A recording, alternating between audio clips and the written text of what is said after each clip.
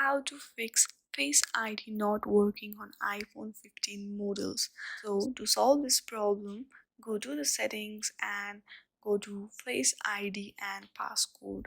Enter your passcode and reset Face ID. Delete the previous Face ID and add new Face ID.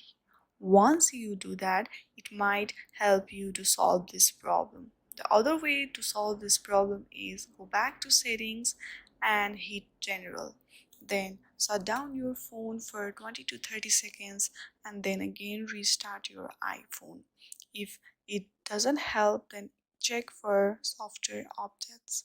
If there are any software update available in your iPhone, then please do update your iPhone. The last thing you can do is hit on transfer or reset iPhone and reset all settings on iPhone. This will surely help to solve this problem. Thank you for watching this video.